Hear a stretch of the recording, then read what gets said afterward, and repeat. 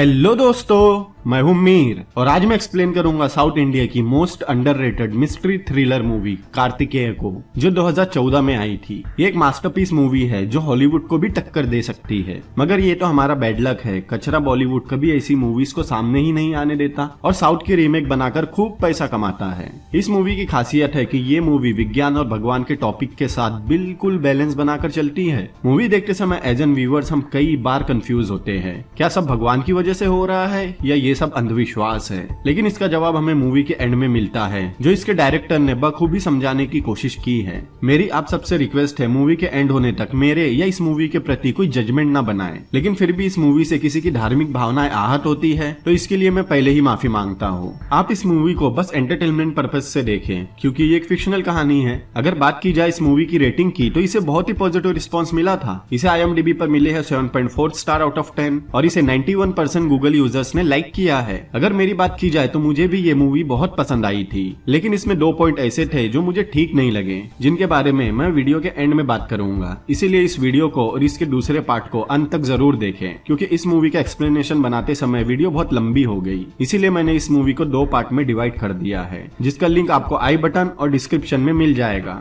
सो movie को और ज्यादा स्पॉइल ना करते हुए चलते हैं सीधा वीडियो की तरफ।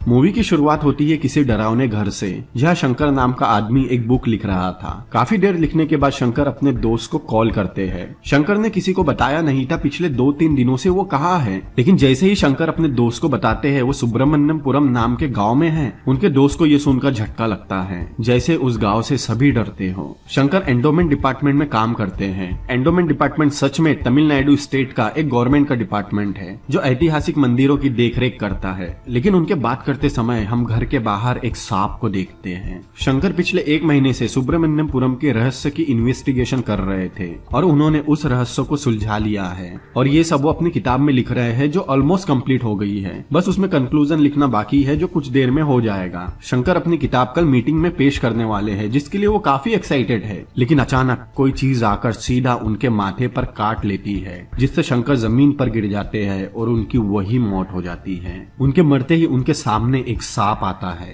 इस सांप ने ही उन्हें डसा था और वो सांप वहां से चला जाता है। अगले सीन में हम एक मेडिकल कॉलेज को देखते हैं। पूरे कॉलेज में मुर्दा घर के बेड नंबर 13 की दहशत है, क्योंकि उस बेड नंबर 13 के पास की खिड़की में कई लोगों को रात के 12 बजे के बाद कुछ दिखाई दिया था, जैसे बंद मुर्दा घर में से कोई रोशनी आ रही हो। ये सब रवि अपने कैमरा में रिकॉर्ड कर रहा था। दरअसल रवि की हॉबी थी, वो हर जगह की फोटो और वीडियो लेता रहता था। रवि एक टीचर से बात करता है, तब हमें पता लगता है कॉलेज के टीचर्स भी रात के 12 बजे के बाद स्टूडेंट्स को मॉर्चुरी के पास जाने मना करते हैं। फिर रात में हम हमारे हीरो कार्तिक को देखते हैं। अरे ये नहीं, ये तो प्रवीण है, कॉमेडियन। ये है कार्तिक है, लेकिन मैं इसे कार्तिक बुलाऊंगा। दरअसल कार्तिक हमेशा रहस्यों के प्रति क्यूरियस रहता है, उसे हर सवाल के जवाब जानने हैं। फिर वो जबरदस्ती प्रवीण को लेकर मॉर्चुरी में जाता है, जहाँ हर टेबल पर लाशें रखी हुई थी। लेकिन तभी अचानक एक लड़की के चीखने की आवाज आती है, जिससे प्रवीण बुरी तरह डर जाता है। लेकिन वो आवाज कार्तिक की रिंगटोन थी। प्रवीण को हार्ट अटैक आते आते बचता है। दोनों धीरे धीरे बेड नंबर 13 की तरफ बढ़ते हैं। तभी अचानक एक तेज रोशनी उन पर पड़ती है। कार्तिक सामने की तरफ देखता है और ये सीन यही कट हो जाता है। दूसरे दिन सुबह कार्तिक सभी स्टूडेंट के साथ बैठा था। वहाँ कुछ टीचर्स भी थे। फिर कार्तिक मॉर्चुरी के भूत की सच्चाई बताता है। दरअसल कुछ दिनों पहले मॉर्चुरी को रिनोवेट किया गया था, तब वह एक रिफ्लेक्टिव शीट रह गई थी और रोज ठीक रात 12 बजे कॉलेज की स्पॉटलाइट शुरू होती है। वो लाइट मॉर्चुरी के विंडो नंबर 13 से रिफ्लेक्ट होकर वापस आती है, जिसे सभी ने भूत समझा और वो लाइट मॉर्चुरी से आ रही थी, इसीलिए सबका डर और बढ़ गया। कार्तिक बोलता है दुनिया में हर सवाल का जवाब होता है। तब टीचर कार्तिक को सलाह देती है, उन्हें हमेशा हर सवालों के जवाब को खोजने की कोशिश नहीं करनी चाहिए, क्योंकि कुछ सवाल इंसानों की जान भी ले सकते हैं। लेकिन कार्तिक का कहना था, अगर सवाल का जवाब नहीं मिल रहा तो इसमें सवाल का कोई दोष नहीं, बल्कि दोष कोशिश का है। अगले सीन में हम कार्तिक का घर देखते हैं। उसके परिवार में उसका एक बड़ा भाई, भाभी, मॉम, डैड सभी थे। एक अच्छा परिवार और कार्तिक सबका फेवरेट है। कार्तिक का कॉलेज में ये आखिरी साल है और आज उसका प्रैक्टिकल है। कार्तिक की माँ पेपर में देखकर उसका हॉरोस्कोप बताने की कोशिश करती है, मगर कार्तिक को इन सब बातों पर बिल्कुल यकीन नहीं था। वो अपने बड़े भाई से उनकी कार की चाबी मांगता है कॉलेज जाने के लिए। पहले तो वो मना करते हैं, लेकिन कार्तिक की भाभी जबरदस्ती अपने पति से कार की चाबी लेकर अपने देवर को दे देती है। कार्तिक कॉलेज के लिए निकलता है। रास्ते में उसकी माँ का कॉल आता है। उसकी माँ बताती है आज उसे उसकी लकी गर्ल मिलने वाली है। कार्तिक रोज बहुत सी लड़कियों के बीच रहता था, लेकिन तभी उसे कॉलेज में कोई नई लड़की दिखाई देती है।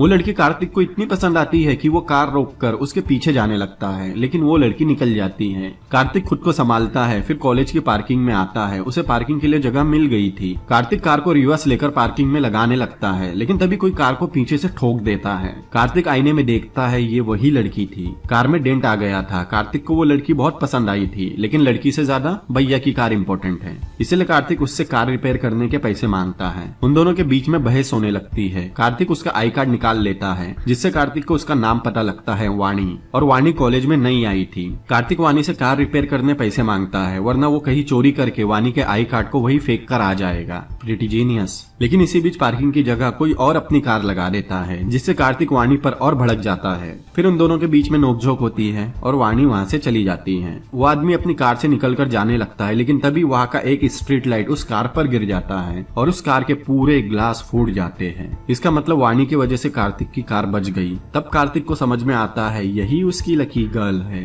प्रैक्टिकल में सभी अपना असाइनमेंट सबमिट करने जाते हैं, लेकिन कार्तिक और उसके दोस्त थोड़ी देर बाद जाएंगे। तभी प्रवीण कार्तिक की जेब से चॉकलेट निकालता है, क्योंकि हमेशा उसके पास चॉकलेट रहती है। वहीं बगल में एक लाश पड़ी थी जिसका मुंह खुला हुआ था। प्रवीण को शरारत सूझती है और प्रवीण चॉकलेट के पीसेस को उस लाश के मुंह में डालने लगता है, लेकिन कार्तिक प्रवीण से चॉकलेट छीन लेता है। वो लोग हंसने लगते हैं। तभी प्रोफेसर उनकी आवाज सुनकर वहां आता है और उनसे उनके असाइनमेंट मांगता है। प्रवीण का असाइनमेंट उस लाश के पैरों के पास ही था, लेकिन असाइनमेंट उठाने की गड़बड़ी में प्रवीण उस लाश के पैरों के ऊपर गिर जाता है और वो लाश झटके से ऊपर होती है और वो चॉकलेट लाश के मुंह से निकलकर उड़ते हुए सीधा प्रोफेसर के मुंह में चली जाती है। प्रोफेसर थूकने लगता है। उस समय वो चॉकलेट कार्तिक के हाथ में थी। फिर हम एक पुलिस ऑफिसर राजेश को देखते हैं। राजेश एक ढोंगी बाबा को गिरफ्तार करता है। राजेश एक बहुत ऑनेस्ट और स्ट्रिक्ट पुलिस ऑफिसर था और साथ में ही नास्तिक भी। राजेश वहाँ मौजूद लोगों को समझाता है अगर संतान नहीं हो रही है तो डॉक्टर पर भरोसा करो, ऐसे ढोंगी बाबाओं पर नहीं।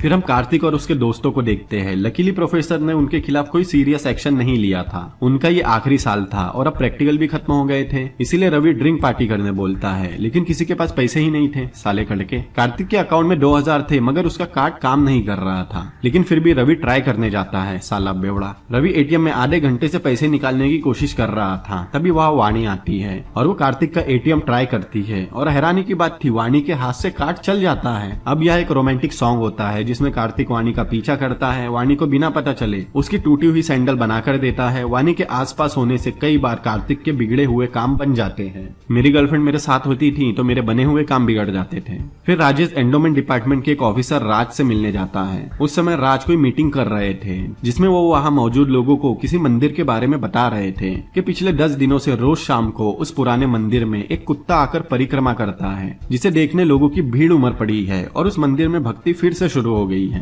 लेकिन कुछ नास्तिक लोग इसे सर्कलिंग डिजीज का नाम दे रहे हैं। लेकिन राज का कहना था मीडिया कुछ भी कहे इसके बारे में, लेकिन लोगों के विश्वास को चैलेंज ना करे, क्योंकि अगर वो मंदिर फिर से शुरू हो गया तो आसपास के गांव में खुशहाली आ जाएगी। लेकिन ये सब सुनकर राजेश हंस रहा था क्योंकि वो एक नास्तिक है। फिर वो राजेश से मिलते हैं। दरअसल मूवी की शुरुआत में जिस शंकर की मौत हुई थी उनका घर राजेश के एरिया में आता है और राज शंकर के सीनियर है, इसीलिए राजेश को केस क्लोज करने उनकी सिग्नेचर चाहिए थी। रिपोर्ट में शंकर की मौत एक्सीडेंटली स्नेक बाइट लिखी थी, लेकिन राज कहते हैं शंकर की मौत स्नेक बाइट से जरूर हुई है, लेकिन ये कोई एक्सीडेंट नहीं था। राजेश पूछता है तो क्या ये मर्डर था, लेकिन राज कहते हैं ये कोई मर्डर भी नहीं था, बल्कि शंकर की मौत का कनेक्शन सीधा ईश्वर से है। अब यहाँ मूवी का कुछ प्लॉट रिवील होता है। राज बताते हैं शंकर बिना किसी को बताए सुब्रमण्यमपुरम गए थे। सुब्रमण्यमपुरम में सुब्रमण्यम स्वामी का एक बहुत पुराना मंदिर है। उस मंदिर को हाल ही के दिनों में किन्हीं कारणों से बंद किया गया है। उस मंदिर को बंद करने के बाद जिस किसी ने भी उस मंदिर को खोलने की कोशिश की की या उसके अंदर गया या मंदिर के बारे में ज्यादा बात तक की तो उसकी मौत हो गई, वो भी ज्यादातर सांप के काटने से। मतलब उस मंदिर पर किसी किस्म का श्राप है। और इसी रहस्य का पता लगाने शंकर सुब्रमण्यमपुरम गए थे, लेकिन इस कहानी पर राजेश को बिल्कुल यकीन नहीं होता।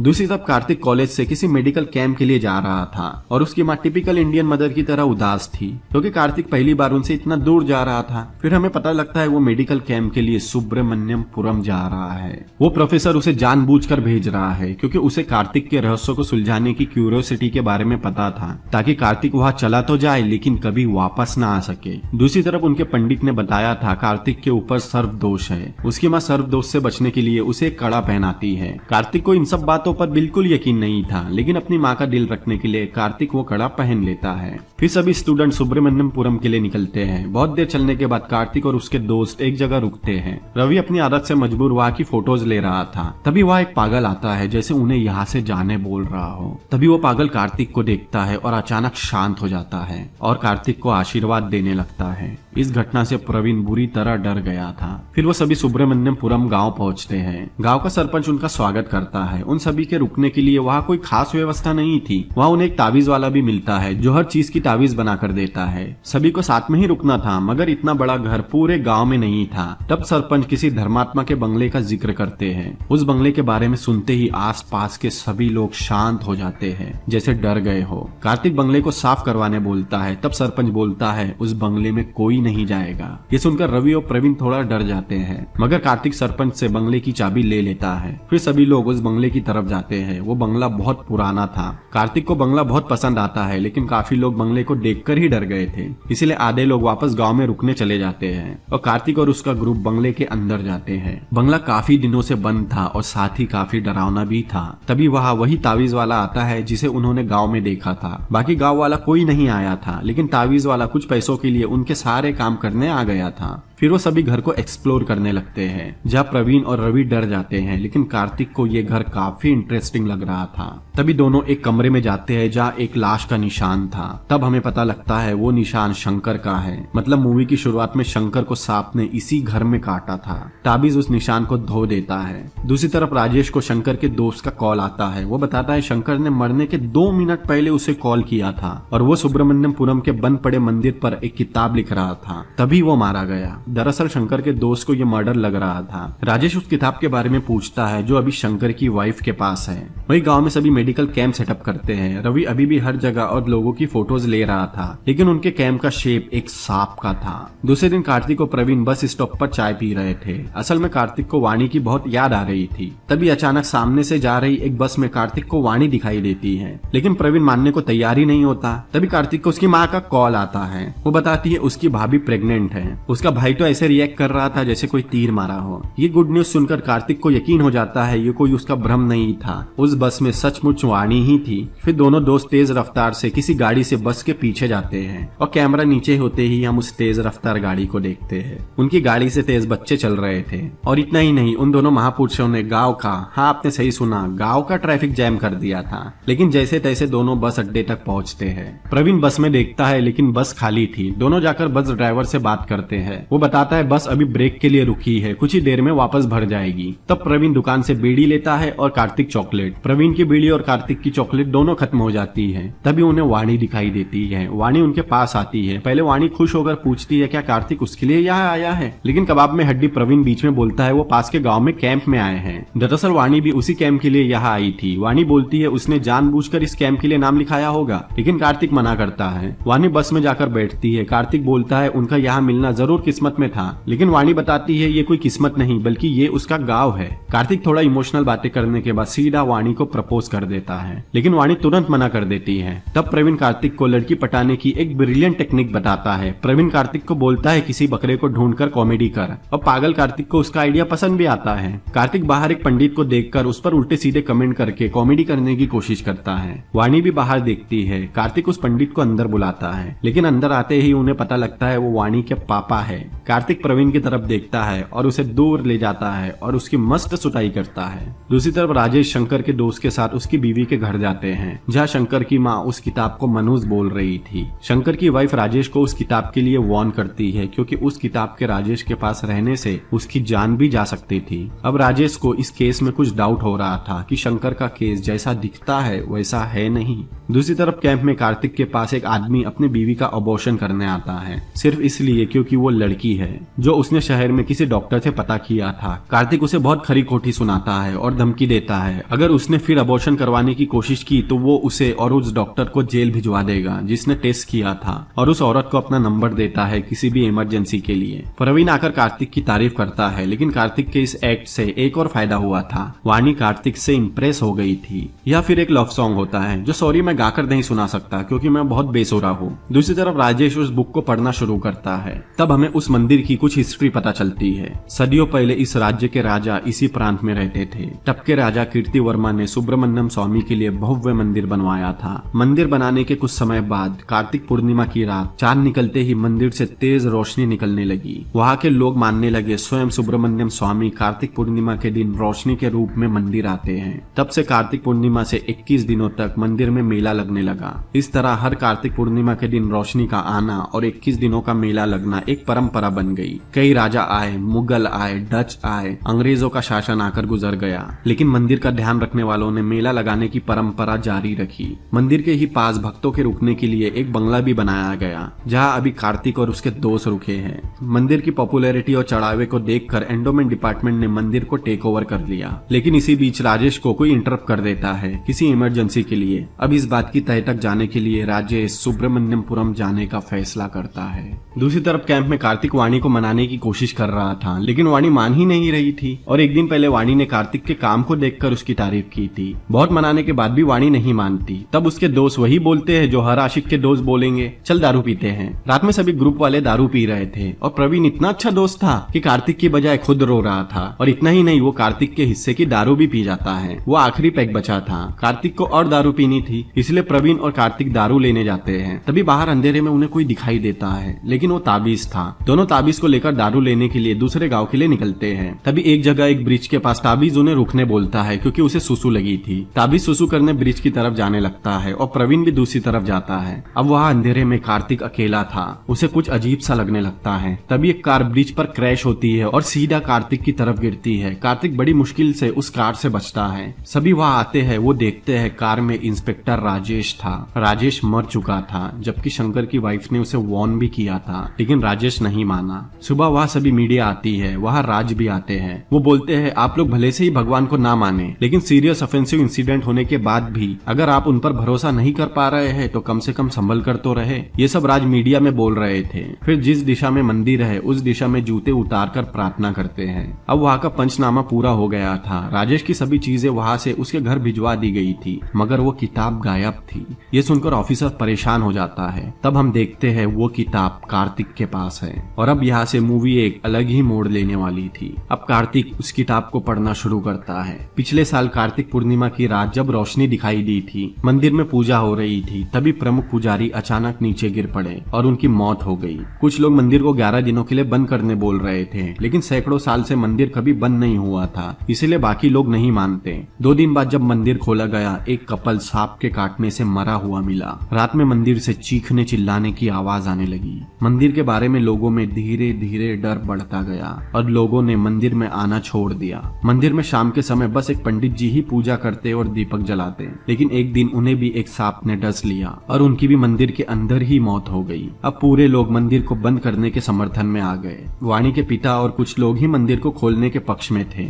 लेकिन ज्यादातर लोगों का मानना था मंदिर शापित हो चुका है। काफी बहस के बाद फैसला होता है, ये मंदिर बंद कर दिया जाएगा। अगर अगली कार्तिक पूर्णिमा को रोशनी दिखाई दी तो मंदिर को फिर से खोल दिया जाएगा। अगर रोशनी नहीं दिखी तो मंदिर हमेशा बंद रहेगा। सबको ये बात माननी पड़ती है और मंदिर को बंद कर दिया जाता है। मंदिर बंद होने के बाद गांव के लोग मंदिर के बारे में बात भी करने से डरने लगे। इस रहस्य के बारे में पता लगाने एक दिन कोई न्यूज चैनल के रिपोर्टर आए, लेकिन वो भी एक एक्सीडेंट में मारे गए। इससे लोगों का डर और बढ़ गया। लेकिन कार्तिक को तभी शौक लगता है क्योंकि बुक में आगे कुछ नहीं लिखा था। अब कार्तिक की रहस्य को सुलझाने की क्यूरियोसिटी उसे परेशान करने लगती है। अब उसे पूरा सच जानना था। उसके पीछे ही उसके दोस्त और ताबीज खड़ा था। कार्तिक को इन सब बातों पर यकीन नहीं था क्योंकि किताब में मरने वालों की मौत की वजह नहीं लिखी थी, लेकिन फिर भी प्रवीण उसे इन सब से दूर रहने कहता है। तभी हम घर के बाहर एक सांप को देखते हैं। दूसरे दिन फिर कार्तिक वाणी से बात करता है, लेकिन वाणी बोलती है जहाँ उसके पापा कहेंगे वो वही शादी करेगी। इसलिए कार्तिक बोलता है वो वाणी के पापा से बात करने आएगा। दूसरे दिन वाणी परेशान थी कि कार्तिक आएगा या नहीं। उसे लगता है कार्तिक भौंकने वालों में से है, काटने वालों में से नहीं। लेकिन तभी कार्तिक उसके दरवाजे पर खड़ा था। वाणी के पापा वही बैठे थे। वाणी घबराने लगती है। कार्तिक अपना इंट्रोडक्शन देता है और उनसे सीधा मंदिर के बारे में पूछता है, लेकिन वो भी मंदिर के बारे में कुछ नहीं बोलते। फिर दोनों में विश्वास और अंधविश्वास को लेकर थोड़ी बहस होती है। कुछ चीजें कार्तिक के लिए अंधविश्वास होती है, लेकिन वाणी के पापा कार्तिक को उन सब बातों का जवाब देना जरूरी नहीं समझते। फिर कार्तिक सीधा वाणी की बात करता है कि वो वाणी से प्यार करता है और उससे शादी करना चाहता है, लेकिन वाणी के पापा इनडायरेक्टली कार्तिक को मना कर देते हैं और कार्तिक वहाँ से चला जाता है। वही घर में प्रवीण कार्तिक को ढूंढ रहा था, लेकिन कार्तिक मंदिर के अंदर गया था उस मंदिर को देखने के लिए। रात में रवि हॉरर मूवी देख रहा था। वो उठकर बाथरूम जाता है, लेकिन वहाँ का लाइट फ्यूज हो जाता है, तो डर के रवि बाथरूम में ना जाते हुए बाहर सुसु करने जाता है। लेकिन सुसु करने से पहले वो जोर से चिल्लाता है क्योंकि उसे एक सांप दिखाई दिया था। सब लोग बाहर आते हैं और रवि अभी भी शॉक में था। कोई उसकी बात पर यकीन ही नहीं करता क्योंकि अभी वहाँ कुछ नहीं था, लेकिन ताबीज को उसकी बात पर यकीन था। और वहाँ हम उस पागल आदमी को भी देखते हैं जो कार्तिक और उसके दोस्तों को यहाँ आने से पहले दिखा था। प्रवीण रवि को अंदर लेकर जाता है।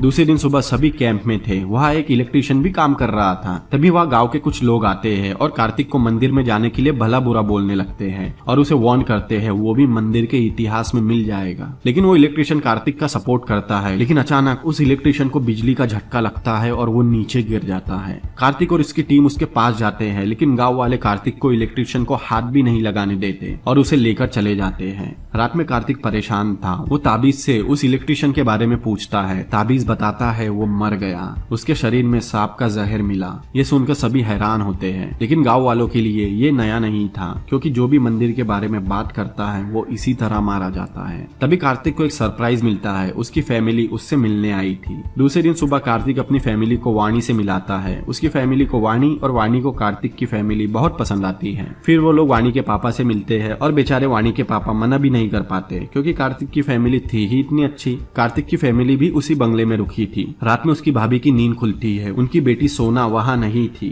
तब कार्तिक की माँ सोना को ढूंढने जाती है, लेकिन सोना अकेले उस डरावने घर में खेल रही थी। कुछ देर बाद वहाँ कार्तिक आता है। वो अपनी भाभी से बात ही कर रहा था। तभी वहाँ सोना आ जाती है, लेकिन उसकी माँ नहीं आती। फिर कार्तिक उन्हें देखने जाता है। कार्तिक की माँ उस डरावने घर में आधी रात में अकेली थी। वो बेचारी वहाँ लगे जानवरों के सिर को देखकर घबराने लगती है। तभी वहाँ कार्तिक आता है। वो उसे देखकर डर जाती है। कार्तिक उन्हें शांत करके वहाँ से ले जाता है। कार्तिक अपनी माँ को छोड़कर वहाँ वापस आता है और एक खिड़की के पास खड़ा होकर स्मोकिंग करने लगता है। तभी अचानक एक सांप कार्तिक पर हमला करता है, लेकिन कार्तिक की किस्मत थी उस खिड़की पर कांच लगा हुआ था। कार्तिक एक छड़ी लेकर सांप को मारने आता है, लेकिन तब तक सांप वहाँ से जा चुका था। अब कार्तिक को भी इस घर में कुछ गड़बड़ी लगने लगी थी, इसीलिए सुबह होते ही कार्तिक अपनी फैमिली को बहाना बनाकर वापस भेज देता है। वापस जाने से पहले कार्तिक की माँ उससे प्रॉमिस लेती है कि वो कभी अपने हाथ से उस कड़े को नहीं उतारेगा। कैंप में कार्तिक परेशान था कि उस सांप ने अचानक उस पर ही हमला क्यों किया, वो भी इतने खतरनाक तरीके से, कहीं मंदिर जाने से तो नहीं। तभी वाणी आती है। उसके पापा को कार्तिक की फैमिली बहुत पसंद आई थी, बस कार्तिक नहीं। रात में तीनों भी सोने से पहले टाइम पास कर रहे थे। रवि को अभी भी सांप नजर आ रहा था, लेकिन वो किसी को नहीं बोलता क्योंकि कोई उसकी बात पर यकीन ही नहीं करेगा। कार्तिक सोने से पहले अपने टैब को रखता है, लेकिन टैब की स्क्रीन में उसे कुछ रिफ्लेक्शन दिखाई देता है। वो ऊपर देखता है, झूमर पर सांप था। वो सांप उन पर हमला करता है, लेकिन सही समय पर दोनों हट जाते हैं और कार्तिक फौरन उस पर चादर फेंक देता है। वो सांप अभी भी छटपटा रहा था। दूसरे दिन सुबह सभी उस सांप को डॉक्टर प्रकाश को दिखाते हैं, जो एक रेप्टाइल एक्सपर्ट है। डॉक्टर प्रकाश को उस सांप में कार्तिक पर हमला करने की कोई वजह नजर नहीं आती। वो सांप उन्हें नॉर्मल लग रहा था। सभी सांप को देखने लैब के अंदर जाते हैं। वो बिल्कुल नॉर्मल था, लेकिन जैसे ही वहाँ कार्तिक आता है, कार्तिक को देखकर वो सांप फिर कार्तिक को डसने की कोशिश करता है। सांप एक कांच के बॉक्स में बंद था, लेकिन फिर भी वो कार्तिक को मारने की कोशिश करता है। सभी कार्तिक को बाहर लेकर कर जाते हैं। इससे डॉक्टर प्रकाश शॉक में आ जाते हैं कि वो सांप कार्तिक को ही क्यों मारना चाहता है। अब वाणी को भी लगने लगा था मंदिर का श्राप अब कार्तिक को भी लग गया है। डॉक्टर प्रकाश उनसे एक दिन का समय मांगते हैं इसकी जड़ तक पहुंचने के लिए। अब सभी परेशान थे और ये एक दिन कार्तिक के लिए बड़ी मुश्किल से गुजरता है। दूसरे दिन होते ही सभी डॉक्टर प्रकाश के पास पहुंचते हैं। वो बताते हैं वो सांप कार्तिक को ही मारने आया है, कार्तिक ही उसका टारगेट है और सांप जब तक उसे मार नहीं देता तब तक शांत नहीं बैठेगा। और अब डॉक्टर प्रकाश मूवी का एक प्लॉट रिवील करते हैं और ये एपिसोड यही खत्म होता है। अगर आपको इसके आगे की कहानी और इसका रहस्य जानना है कि सांप कार्तिक को ही क्यों मारना चाहता है तो वो पार्ट 2 में है और पार्ट 2 का लिंक मैंने डिस्क्रिप्शन और आई बटन में दे दिया है, आप उसे जाकर जरूर देखें।